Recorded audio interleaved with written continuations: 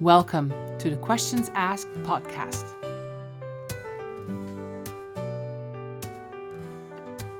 Today, I had the absolute pleasure of speaking with Ted Kaufman, a lifelong learner, professional coach, facilitator, and Agile coach with a refreshingly grounded and thoughtful approach to leadership and empowerment. Ted's journey spans from the farm fields of rural America to the fast-paced world of technology and Agile transformation. And what stood out in our conversation is how self-awareness, particularly knowing your strengths and lesser strengths, can become the foundation of a powerful coaching approach.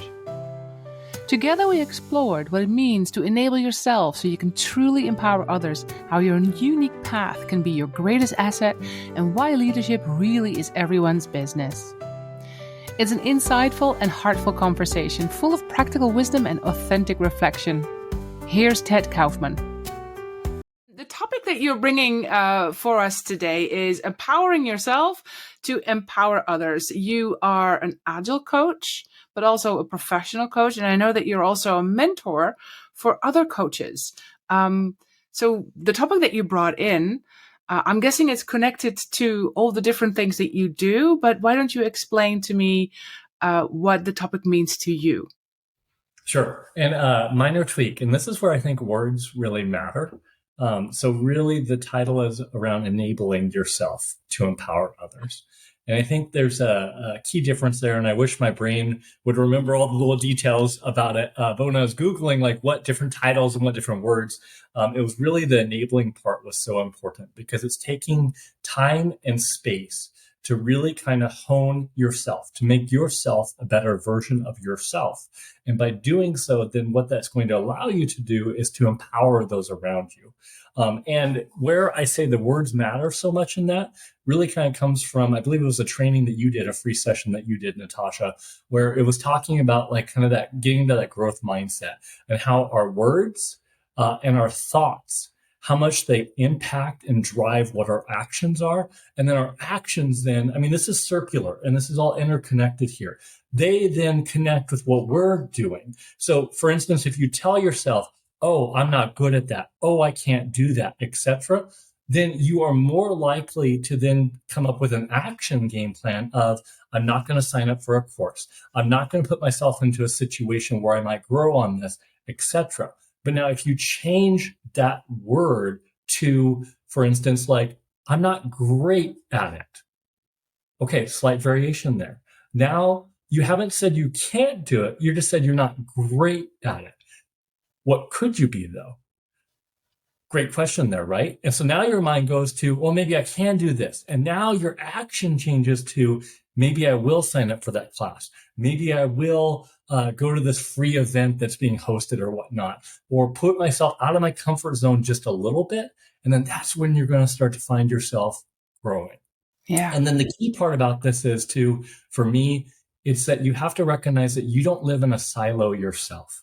How much you are interconnected. And so your circle here is interconnected with all these other circles here.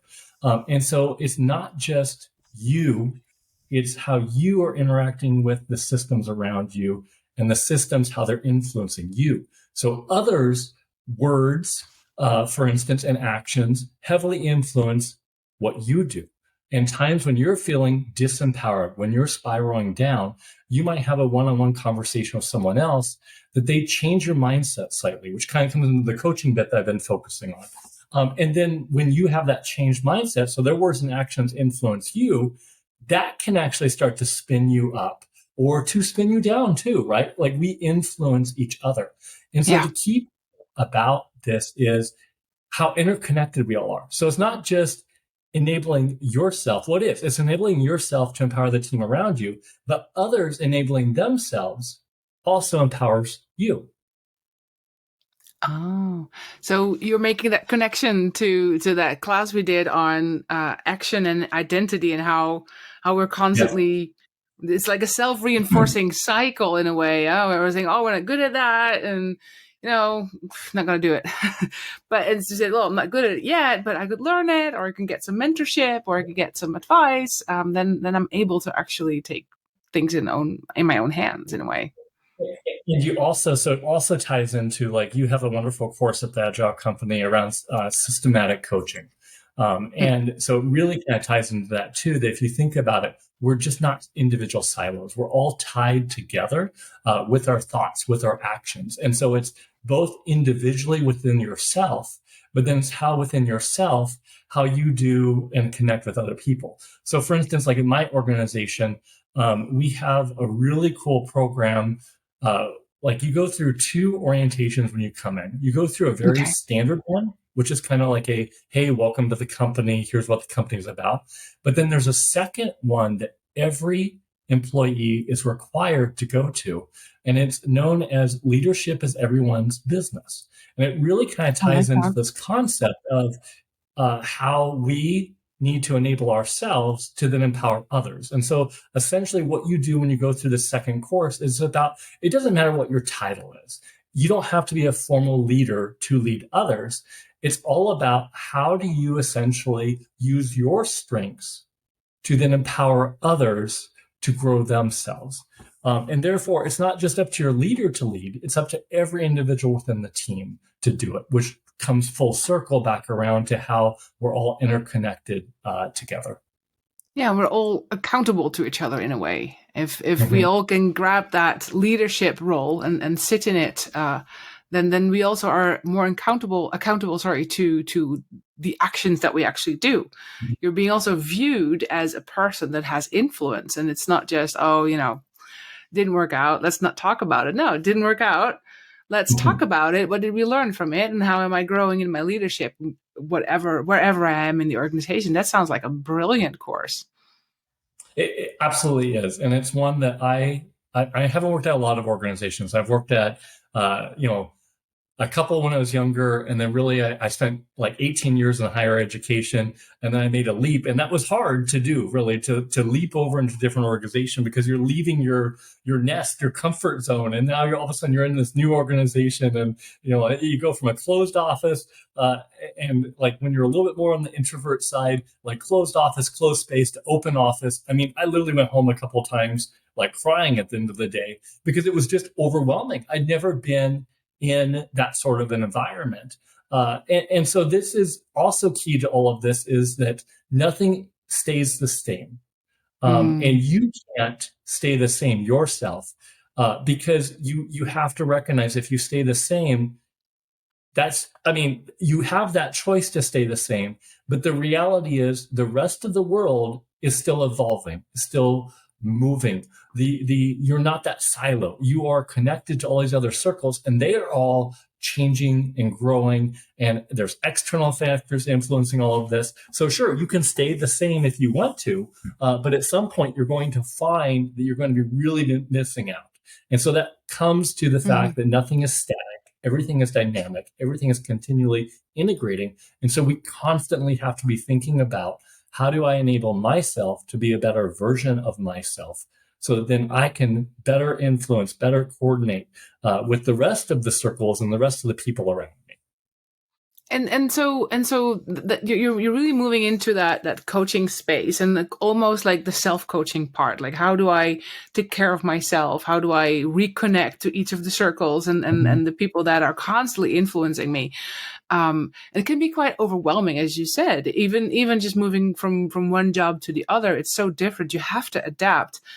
People that are adaptable and that are even happy to sit in an adaptive mode, it's easier for people. But for some people, it's not. Like you're saying, like, oh my God, this was an emotional moment for you. How do you nurture such a growth mindset constantly? That must be tiring as well. It's a natural strength of mine, and that's where it really comes to kind of knowing yourself. And there's a number of many of them are free out there. So there's Gallup Strengths Finder, for instance, I'm a strong fan of. But there's a whole lot of different, there's DISC, there's MBTI. I mean, there are so many different things out there where it's all about trying to understand how you yourself tick. Recognizing that, like, how I tick, Natasha, is very different than how you operate yourself. And so, like, what I really love the Clifton Strengths Finder, because the thought is, to focus on your strengths and really kind of understand your strengths, and then to kind of build your own path forward, recognizing, and this is where I connect so much with the whole coaching part too, is if I try to tell you what to do, Natasha, more than likely it's not going to work for you, because your strengths, your skill set, your background is very different than mine. And where the coaching mindset really comes into play is it's asking powerful questions of you. First off, understanding what your problem is, where do you even want to go? But then asking powerful questions to allow yourself to build your own path forward versus me telling you where to go or what to do. And that's where I've been spending a lot of my time, is kind of focusing on enabling myself to be a better coach, to then, again, help to empower individuals within my team, help to empower other individuals within my organization and other individuals outside of my organization. So connecting with others, help to enable them to be better versions of themselves too. Wow. And so is there, go ahead. Yeah, you were going to say something. Yeah, well, good luck getting me to shut up here. So part of it is, okay, so when you start thinking about these strengths then, you also want to think about, there is a sweet spot. So there's a pro to every strength, but there's also a negative, not a negative. There are cons to every strength. So like you asked me, how do I do this so well? Sometimes I do it really well. And sometimes I find I do it really not well. And so it comes into thinking about, and I had a great coaching session myself about this, is sometimes in life, in our workplaces, we find like we are super in that sweet spot. We are just on fire. We are just doing our job fantastic, everything else. Other points in our lives, we find something is off. Something is just not right. It doesn't feel right. I'm not as, you know yourself, you are not as good as you can be. Mm-hmm. And so what you've done is you've gotten out of that sweet spot. And so I had a great coaching conversation about that myself, because I kind of feel lately like something's not quite right there. So I had a coaching conversation with another coach, really, and we started diving in, started thinking about this, and it dawned on me, it's all about finding the sweet spot. And so like when I look at my strengths, so I'm a learner, I am a relator, and I am a maximizer. Each of those individual strengths has a sweet spot, and each of those individual strengths has a not so great spot. So learning is a natural talent of mine. Learning can also be kind of a downside to me, though, as well, because I love to learn sometimes not to apply it, but rather just to learn. Like I want that new certificate. I want that confetti going off. And so that's the downside or the non-sweet spot to when I'm learning. And so sometimes when I'm full on learning mode, it benefits me and I'm in that sweet spot. And other times I'm just learning just to learn here and I'm not applying. And then obviously if you don't apply it, you're going to forget it. Now, it's not just about each individual strength, so that's just learning. It's also how each of our individual strengths interacts with other strengths. And so if you think about like a Venn diagram of like circles, I got learner up here. Now let's start to look at relator over here. And so let's talk about the relator one and how it interconnects with the learning one. And so again, what is the sweet spot between both a learner and a relator? So part of the sweet spot between those is, how do I learn this in connection with what others need? So in connection to what does my team actually need at this point in time, that now is getting into that sweet spot. So I'm focusing my learning on something the team actually needs, or something that I'm seeing is needed around me. And so now I'm learning with a purpose and kind of connecting with that. But now, okay, so now the question is, even with those two overlapping, when do you get out of your sweet spot? And so an instance of that for me is sometimes in relating, I get very connected to the people I'm working with. And I get connected with the other learners I'm doing. And I can actually get to the point where I become dependent on the learners that I'm learning with. So for instance, like you have a great team coaching thing at the Agile company coming up. And I got in my head about, and then it got canceled because there wasn't enough people. So a shout out to, if you're interested in team coaching, maybe think about doing it in the next one coming up here. But so anyways, I got into my head about I couldn't do something without that class. I'd become dependent on that class. And so when you think about it, that's an anti-pattern of myself or getting out of that sweet spot. And I realized now, realizing this, I was like, no, wait, you do actually have all the tools that you need to do it. You just got to get out of your own head here. And again, this is where, to kind of circle back around here to what we're talking about, this is how our thoughts and our actions our thoughts can actually influence our actions and so forth. So somehow in my head, I connected with, I could only create these sessions if I attended a class. A very negative spot for me to be in. Yeah, And not helpful. Not helpful. Now, recognizing that, I'm able to counter myself on that and say, wait a minute, you do have the tools to do this. Go dig them up, play with this a little bit. And so now I find that I'm getting out of that anti-sweet spot and I'm getting more into that actual sweet spot of working on stuff. And so you're stepping out of the anti-pattern zone where your learning becomes an obstacle, or your thirst for learning or your talent for learning becomes an obstacle for actually helping the people that you relate to, that need you for those sessions, for example. That's brilliant. And then obviously it's connected with the maximizer too. So with the maximizer, we'll go into less details here, but the maximizer one, when you go into that, so a negative anti-pattern being a maximizer is sometimes I want to do too much. And then I start, my learning goes into overdrive. And then I'm learning so many things. Well, you can't learn and apply. And so if you find yourself learning too much, trying to connect, trying to be strategic, then you're again finding yourself out of your sweet spot. Now, how do you take yourself back to your sweet spot? And now what's key to all of this is I'm talking about myself here, but for many people, that's not their strengths. So don't lean into trying to be a learner, for instance, if that's not your strength. Maybe you are a doer. And so if you're a doer, the way you're going to go about it, your path forward will look very different than mine. Your anti-patterns will look very different than mine, because if you look at your top strengths, be thinking about that Venn diagram. And so take your first strength here, your top strength, and then just draw a Venn diagram around your second one. And think about, when are you in your sweet spot with those two strengths? When are you not in your sweet spot? Now maybe add another circle for another one. Or what you could also do is, now it's also not just about you yourself, it's about how you're interacting with others, for instance.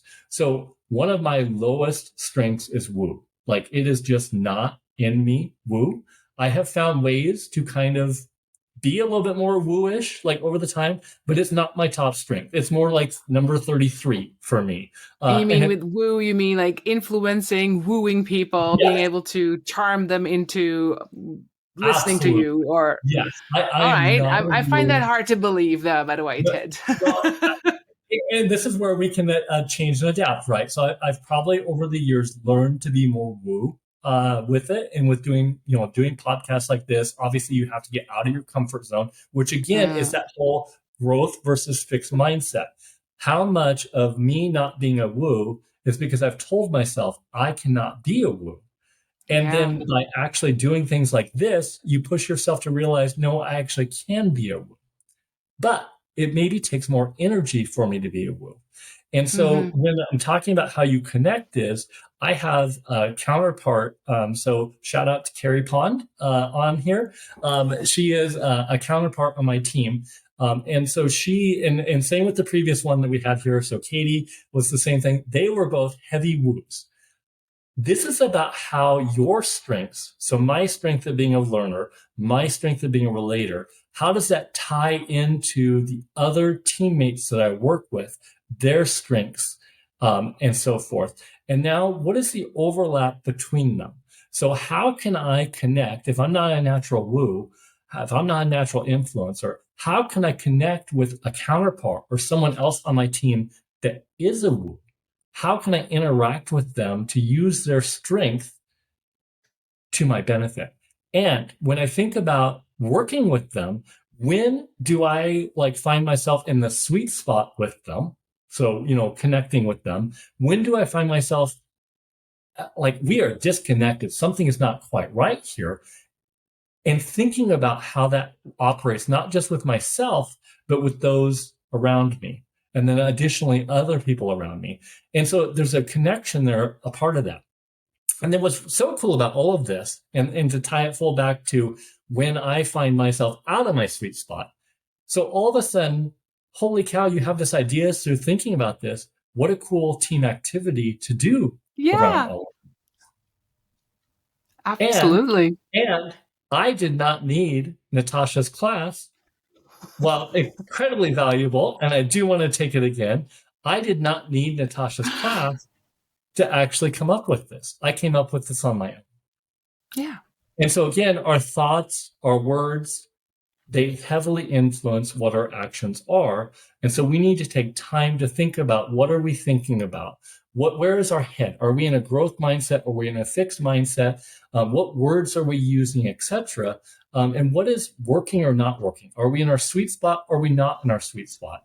And then what would help to enable us to be in our sweet spot? So again, tying around to what can we focus on, or taking some time to understand ourselves, and to better empower or to enable ourselves to be the best version of ourselves that we can be, to then help those around us.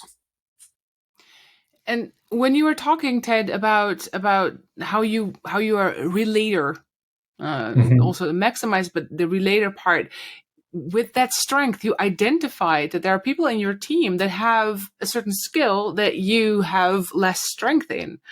Yeah. And so knowing yourself, there's also a moment where you can say like, hey, that happened quite naturally. See, it's self-reinforcing. I am a person who relates. This is strength. I need to use that more. How can I use that even more? And who can I connect to now?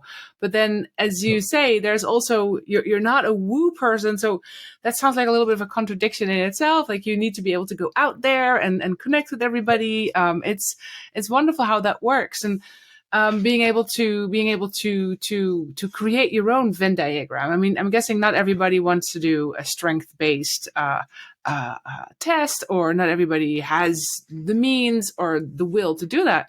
But I'm guessing you can also do this yourself by asking other people for feedback, like, what type of person do you think I am? How would you rate me here?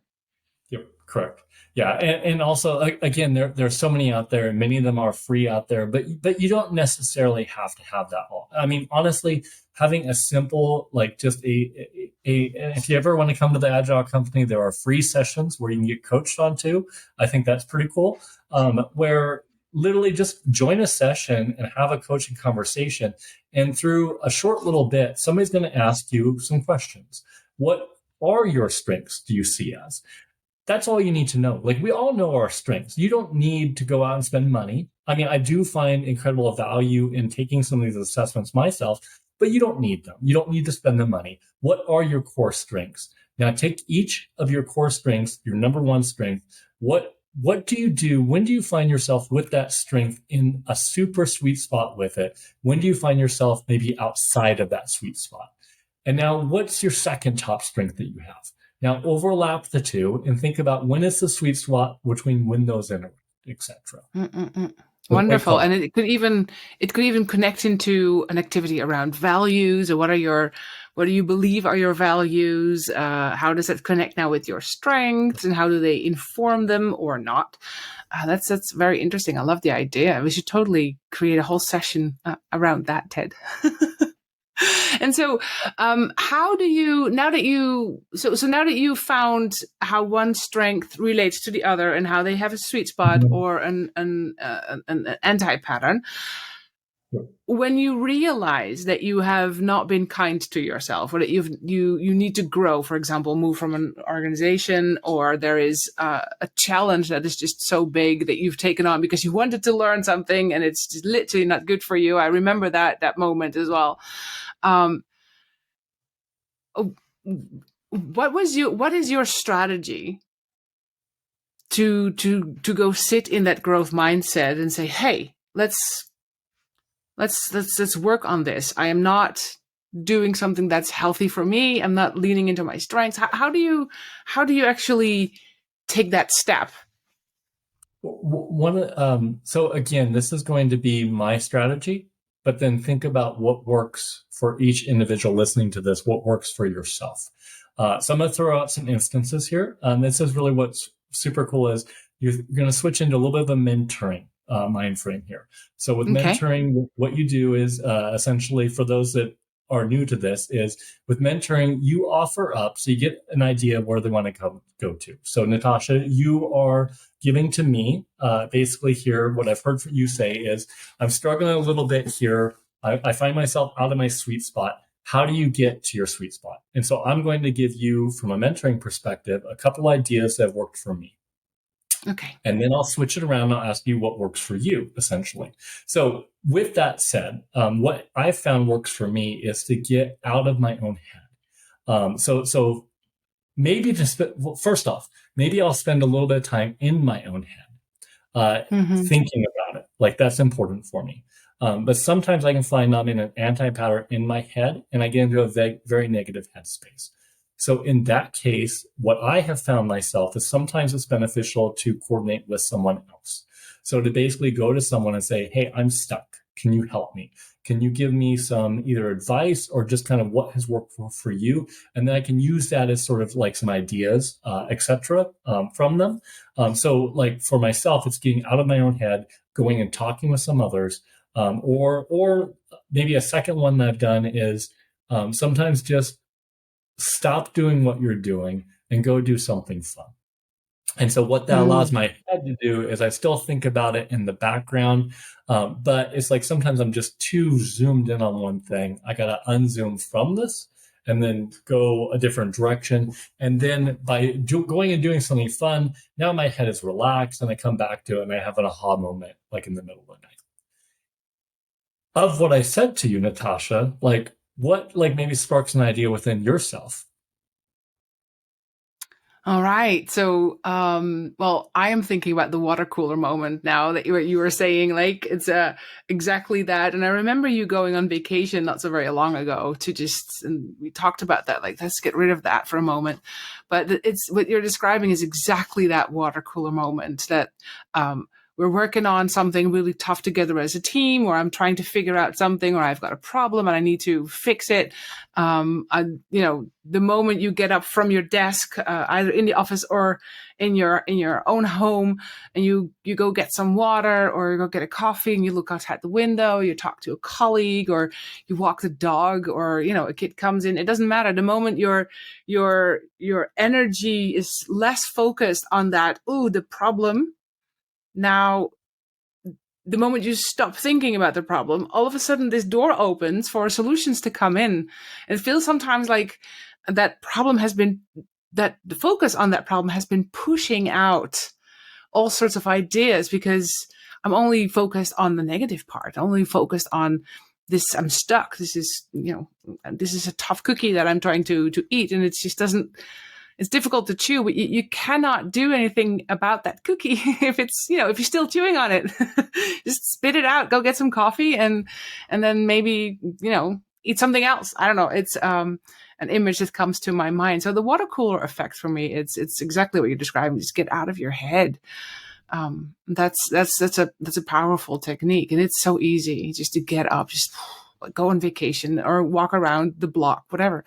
And so how did you then, when you realize something is wrong and you're taking that time for yourself and ideas come in, how do you then take that step into implementing these ideas? Because that's also difficult, right? Because you're, okay, now I have a great idea. And then, well, now you have to push aside work or actions or classes that you had to do something else. Sure. And so real quick, and I'll answer your question, but I want to zoom back out for our viewers here. So for our viewers, and we just witnessed a very small bit of this. So this was like a snippet of it. But essentially what you just saw happen of it, and it wasn't a full mentoring session, obviously, but the little snippet that you saw happening here is I shared a few instances that worked for myself. but then I left it open for you, Natasha, to take those instances however you wanted to take them. And then what we saw here is, like, you didn't hear me say anything about water cooling. That is not what worked for me. But my idea sparked within Natasha a different way, or something different that does work for her, that works for her strength, that works for her past experiences, that works for her to unblock herself to move forward. And so that is really the power of having a mentoring conversation with an individual. Yeah. So now to spin back to your question there, Natasha. So what I find, like, for myself is really what is core to kind of this whole taking time to enable yourself. So you really have to periodically take time. Now, your time, how you spend that time, might look very different for you than what it looks like for me.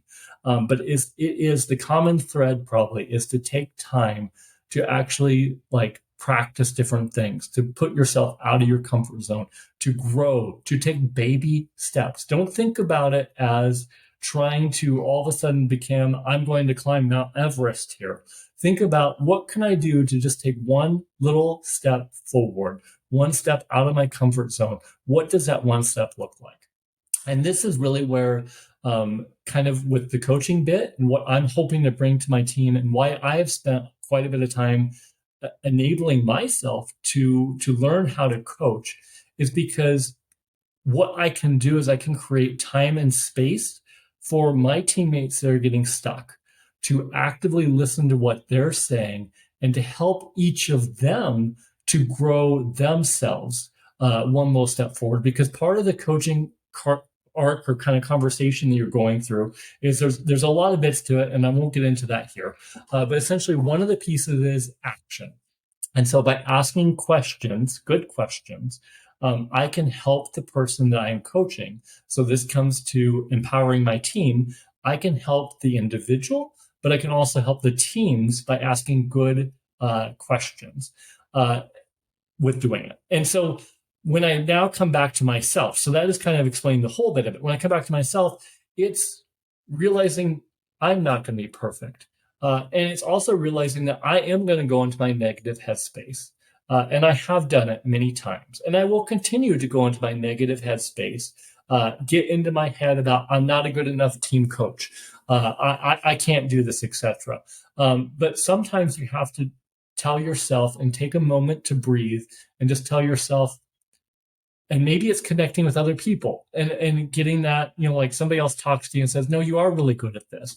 Maybe it's a motivational piece from someone else. And again, it's not just us, it's others around us influence us. We have to remember too.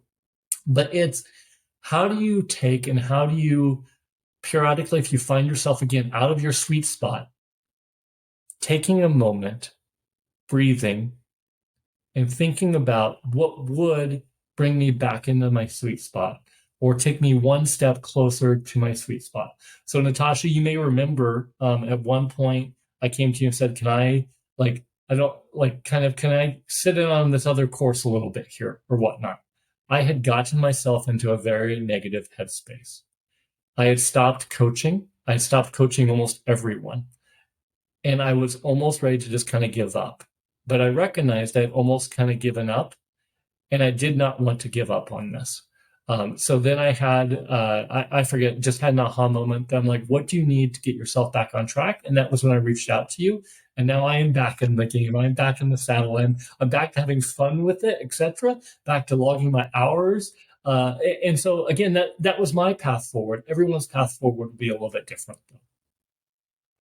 Yeah, and it also shows the power of compassion to yourself. Yes. Allowing yourself to, because there's growth in conflict, either in a team. If there is a team that has internal conflict, you just know something is growing, something is happening. Even if it's bad, you know that. Well, a funny story. When I was young, and kids always hurt themselves. And I remember stubbing my toe, or I couldn't walk for a while. And I was just really frustrated because I liked climbing trees and riding horses. And I was a very active kid. So, I couldn't do anything. And I was like, I was like so frustrated and almost crying, like, can't do anything. And then I this thought came into my head, like, in a couple of weeks, you won't even remember that you had pain. And it's maybe you'll just start thinking, oh, remember that I had pain, but now I'm on the top of the tree and it's all fine. So just wait it out, right? Whatever it is, it will be better. Same goes for conflict or in a team. Even if it's bad, there will be a moment that you think back of this moment and go like, wow, what did we learn from that? It could even be that the solution was not a great moment, but after the solution's been implemented, that's where growth starts happening, and the team learns from what's happened, the emotions, the connections, and the islands, as you said it, of the system. They reconnect. You will never be the same person. The team will never be the same team, but there's growth. There's a new team, and there's a new Ted, and there's a new Natasha, and I'm climbing trees faster now, so that's awesome, and I won't be falling anymore because that lesson was learned. And so there is if we're always trying to stay in our sweet spot, that's just a very sad thing, because then we're not growing enough. It's also good to sometimes realize like, oh, I am not feeling well because I'm outside of my comfort zone. And so how do I get back in there? Not by avoiding it, but by going right through it. Yep.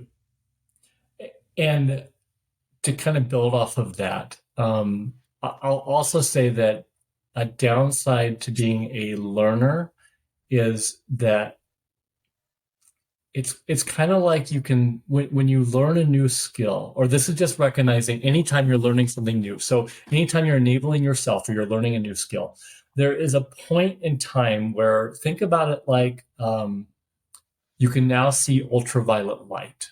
So there is a point in time when you can see the world differently around you because you've taken time to learn a new skill set.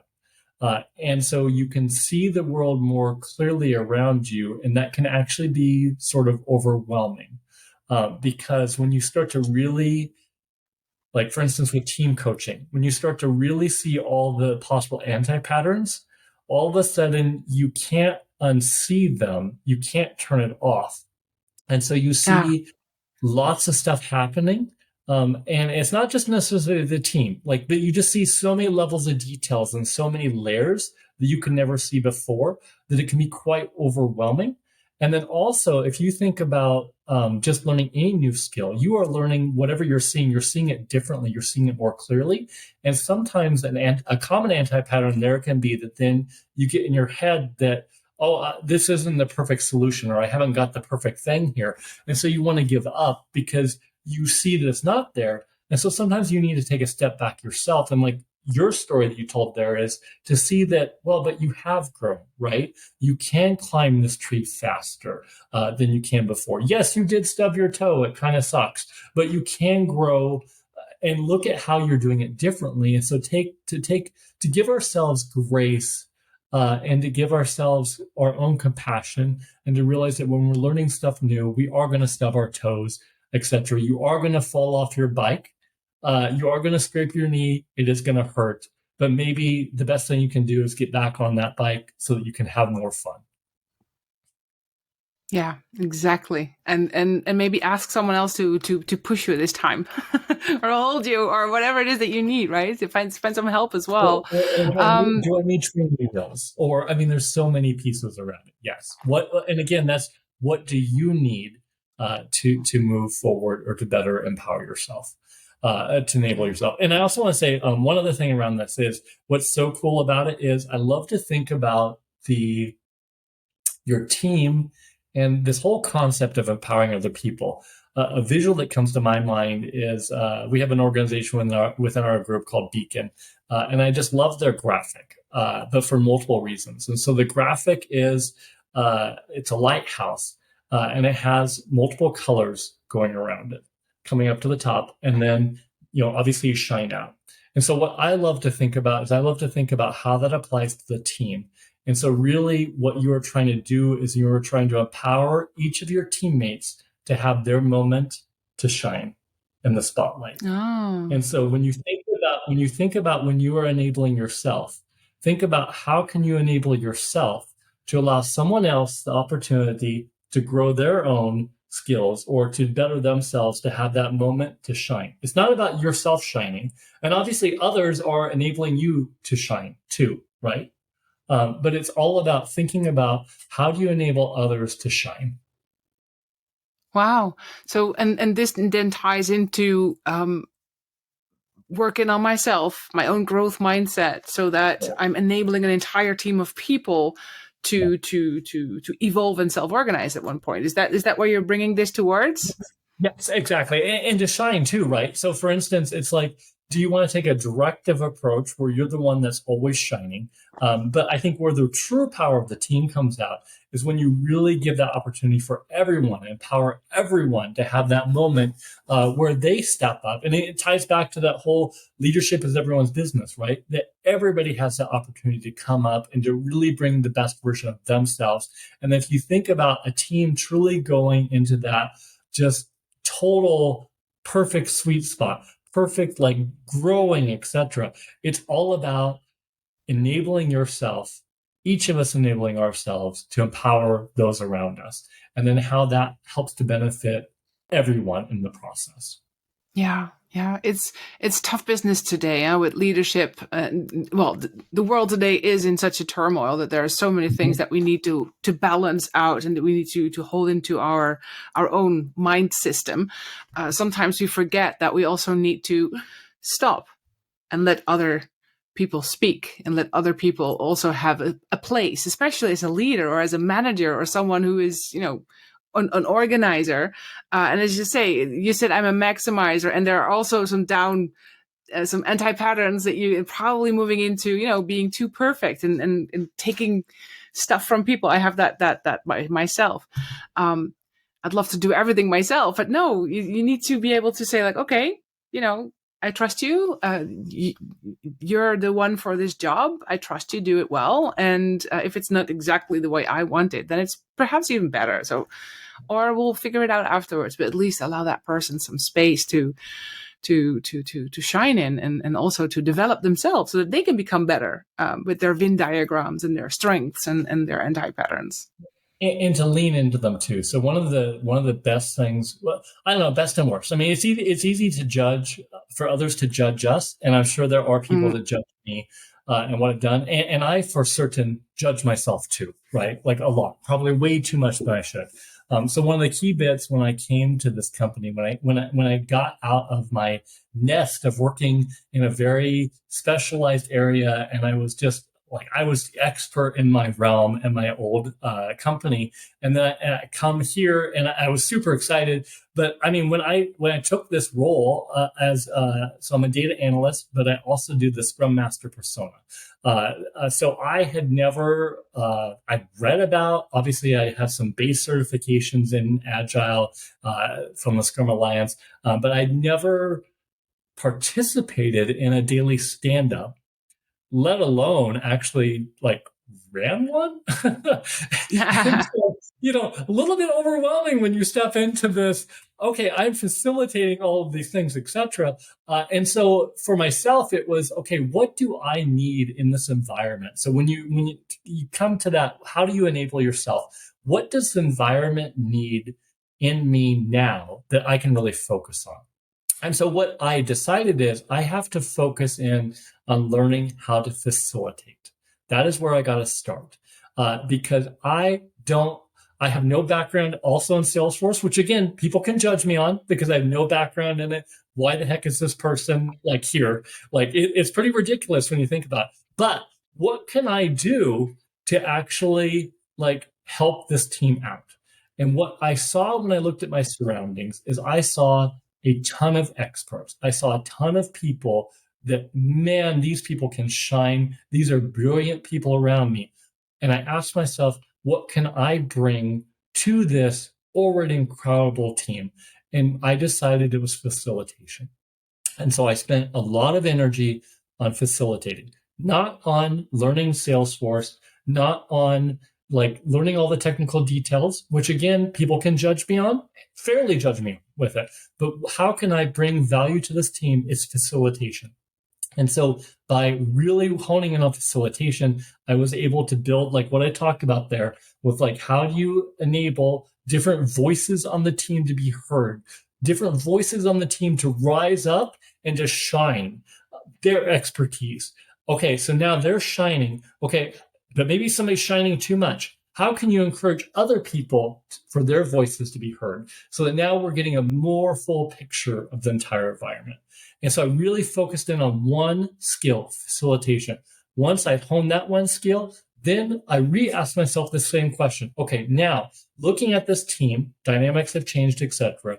What can I do to bring the most value to this team? That's when I shifted over to coaching. And so I've really been spending time focusing on coaching and how does that coaching influence and bring value to the team. Once I nail this certification, then again, I'm going to swing back around to how can I bring the most value to this team? And then we'll see what I come up with at that point. But if I overwhelm myself trying to learn too much stuff, I'm not going to bring the best version of myself. So what one thing can I do? And so that would be kind of, as we kind of, come to wrapping up this or whatever, if there's one takeaway, that would be definitely a question I would give you is what, when you look at yourself, when you look around you, what is the one thing or one area that you can really grow, or where can you bring the most value to your team? How can you enable yourself to bring more value to those around you and to empower them?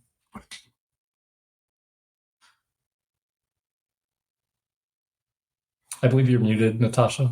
I muted myself because my son was yelling at me and I had to send him, sometimes you just send an SMS there. I'll cut it out. I love it. All right. So working with one thing that taking those small bits. And for me, that ties really back into a coaching conversation, either with a team or with a leader or with just a person, your neighbor, anyone, being able to have those conversations. And sometimes people try to eat the entire cake in one session. Okay, let's be the best that I can possibly be after the session. You really have to tell, like, that's going to be tough. How about what would a tiny little bit better look like? Great call out. Yes, great call out. I mean, what I described can seem overwhelming, but it's really to identify an area. So that's like one step there. And then once you've identified that area, now what's a baby step that you can kind of take to move forward with it? And realize, again, that it's going to be a journey. So what I've done is I've set a destination, right, that I want to get to coaching. And I want to be a better coach. And at one point it was a facilitator, etc. Now, what's a step that I can take in that direction? And that's where you really have to lean into yourself. How do you learn, etc.? Is it a class? So for myself, it's going to be classes. But I know that for myself, it's not going to be a self-paced class. It's going to be something that is interacting with other people, because that's where, again, I get into my own sweet spot. So it's going to be signing up for a class that's more of a cohort based, where it's a little bit slower of approach. That is how I'm going to step forward. But the question is for our viewers is, when you have identified that one thing, or maybe it's two that you really want to work towards, what is your baby step to get there? What are your strengths to lean into get there? Because your path to get there will look very different than mine, and it'll look very different than Natasha's path to get there. Yeah. Absolutely. I was thinking about that really connects with your strengths of relating, being able to sit in a cohort and be able to talk and learn with others. And you're a very active member of the Agile Companies community in that space. We know Ted's going to be there. At least Ted will be there to ask questions and to challenge everybody in the room, because it may be your strength, but it's a little bit of a human thing. I mean, we can do, of course, there's value in self-paced courses. Of course, I love watching YouTube videos and learning how to, create tofu out of red lentils. But the moment we start talking about things that really connect to people and that are important for others, I need to grow so that I can help others grow. I really do enjoy working with a group of people. And as you're saying, we're doing a lot of these events for free and for fun. Every time I'm doing these events, I am actively learning. I'm actively growing myself. It's no secret. That's just brilliant. This connection with others. And also it ties into how do you, as you think of yourself evolving and you're thinking about enabling yourself, like another kind of question around it is, how can you challenge yourself more? So one of the things that for myself that I'm trying to do is, obviously I'm always going to be a learner, but how do I take it from inputting or sucking in, like something I'm challenging myself about is how do you take it from absorbing energy from others or learning to more sharing? And so that's something that I've been challenging myself on.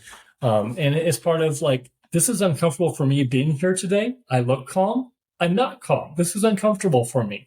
But it does get into more of that. I want to get to a point where I'm not just absorbing, where I'm contributing back. And so how can I lean into my strength of being a learner and actually sharing back, and not just being an absorber? And so again, it's challenging each of ourselves to continually be growing to be better versions of ourselves.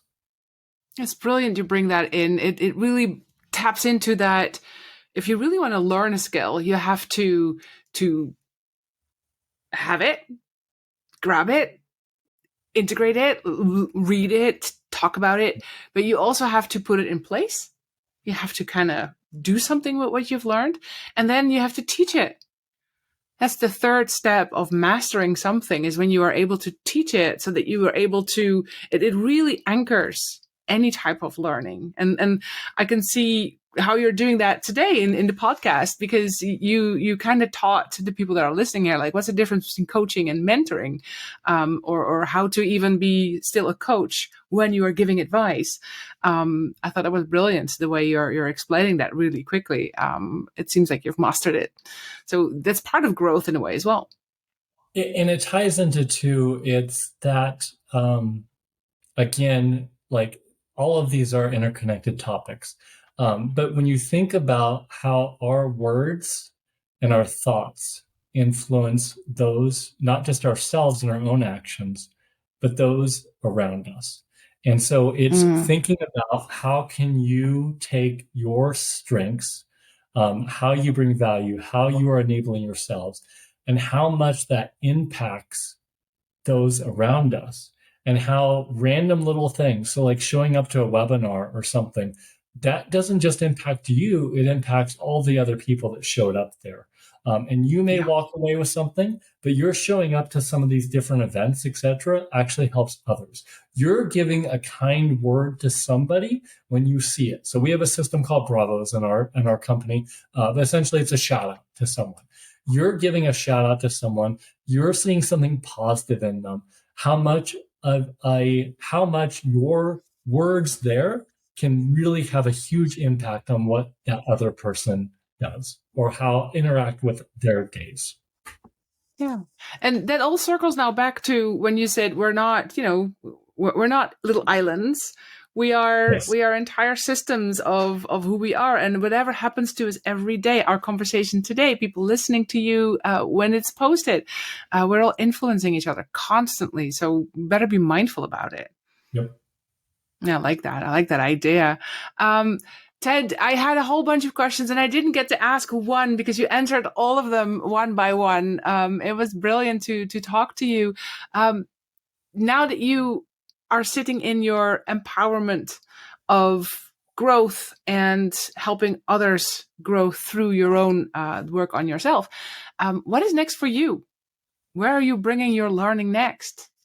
Yeah, so I'm going to stay in the coaching mindset, but my coaching mindset is going to shift more from individual coaching. So it's going to remain in individual coaching, and there will be tied to this an open invite to anyone that is on my extended teams, that if they are looking to be coached, to go through just a tidbit here, to sign up with a session for me, which will give me practice, help me log hours, and hopefully help to empower themselves as well. But I'm going to start shifting from that individual coaching, which I've really been honing, more into the what does that look like at team levels. And obviously, I try to integrate in questions because there's a lot of overlap between facilitation and coaching.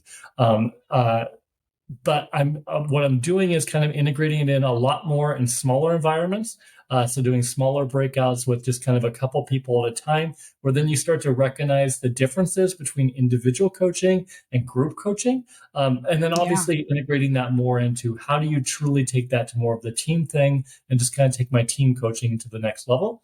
And then after that, again, it's all about circling around to, I have ideas in my head. I want to dive into Salesforce. I really do. But the question I'm going to ask myself before I do a deep dive into anything else is going to be re-looking at my team and all the circles around it and asking myself, where can I bring the most value to those around me? And that will determine then that question, where do I focus next for enabling myself to then help empower those around me? Sounds like okay, you want to get on the technical side of things at times, but it still focuses on you. How can I grow to help others grow? Are you taking on different types of teams as well right now? Because as you're not the technical expert on as you say, Salesforce today, is there an opportunity for you to take on different teams or new teams or grow an entire coaching cohort? I mean, there's lots of things that come to mind when I think about what you just shared. Yeah, so I think it's going to focus more on really honing in on the individual coaching, and I want to really, really focus on that. And I want to see if I can reach out beyond the team. I would love to start coaching maybe some leaders within my company as well.